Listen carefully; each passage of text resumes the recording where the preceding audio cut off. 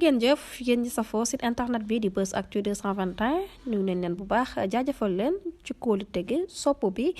ak topp bi nga xamante ne rek yi nag ñu koy topp bu leen fàttee abonné di bës cloche de notification yi ngir mën a am yeneen i info benn bi bon bi nga xam ni moom la député assemblée nekkee foofee ñu woo leen benn bokk yaakaar faro ci ñi nga xam ni ñooy ñu fi nekkoon ci nguur ci jamono kii di président ab Macky Sall ca loolee sax jamono guñ toll nii mu nekk mbir bi nga xam ni gis nañ bu baax a baax taxawaay bi nga xamee amee nañ ko jëmee ko ci ñi nga xam ni ñoo di nguuru président Bassirou Diomaye Diakhar Faye ba jàpp premier ministre bi di Ousmane Sonko loolee sax tax na ki nga xam ni moo di imam Khalifa Ndiaye di addu jëmee ci waxi kàddu yu ñaaw yi nga xam ni dégg nañ ko ci député bi di wéy ci turu Kuro Macky daal di addu xamle ni kii di Ousmane Sonko bis bu dikkee foofee ca Assemblée nationale dinañ ko firir waaye muy ñaawlu lool yooyu la wax ne carrément nit ki nga xam ne moom ngay firir day fekk nga gis ko ndax kat ñoom seen njiit leen di Ousmane Sonko du ñëw benn yoon foofee nga xam ni moo di Assemblée nationale di def li nga xam ne moo di DPG di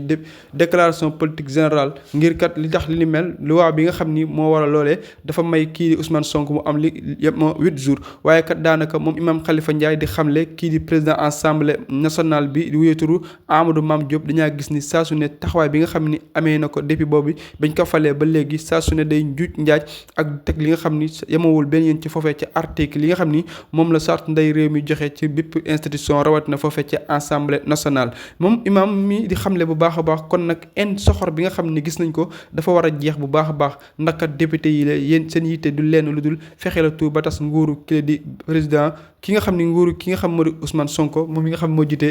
ministre yi la di njiiti jëwriñ yi la moom imam Khalifa Ndiaye daal di xamle bu baax a baax député yi jamono guñ toll nii rawat na député APR yi seen njiite du dara lu dul kii di premier ministre bi la di Ousmane Sonko ñëw foofee ngir kat ñu mën a tas ensemble boobu te loolee du gouvernement am te loolee du kon duñ ko nangu tey te duñ ko nangu ëllëg ndax kat buñ jëlee lépp teg ko ca yoon mën nañ ne la 11 ba bile warul taxaw li nga xam moo di DPG warul am benn yoon waaye nag kii di président de la république am na sañ-sañu ngir tel ka tas ngir minuit bi nga xam ne mu lay le 12 boobu mu tas loolu la ensemble xam ne du mujj fenn ndax kat moom jamono guñ toll nii dafa jot mu jël ay matuwaayam te pare nañ bu baax a baax te xam nañ ki nga xam moo di njiiti jëwriñ ñi di wéy ci turu Ousmane Sonko du dem benn yoon foofee ci ensemble ngir def DPG ndax kat ñi nga xam ne ñoo di député yi yàkkamte loolu moom ñëwam du lenn lu dul fexee bu dikkee ñu daal tas ak gouvernement am loolu nag mu nekk mbir yi nga xam ne lu muy daal di ñaawlu la ndax kat gis nañ taxawaay bi nga xam ne ñi nga xam ne ñoo di APR am nañ ko lajj ci nguur lajj bëgg a lajj fi nga xam moo di ensemble waaye nag dañu bëgg dañuy dem waaye bu ñuy dem dañuy am lu ñu yóbbaale li nga xam ne moo di imam Khalifa Ndiaye daal di métti lu xam ne nag ki nga xam ne moo di Ousmane Sonko njiitul jëwriñ ñi le waaye nekk fi nga xam ne moo di président bu Pastef du dem benn yoon foofee ca DPG bu ensemble ngir kat def déclaration politique générale ndax kat loolu dafa nekk mbir yi nga xam ne gis nañ bu baax taxawaay bi nga xam ak yéene bi nga xam ni député yooyu am nañ ko waaye tamit di xam ne du yàgg dara député yi nañ tal leneen lu dul ay fi nga xam moo di Assemblée nationale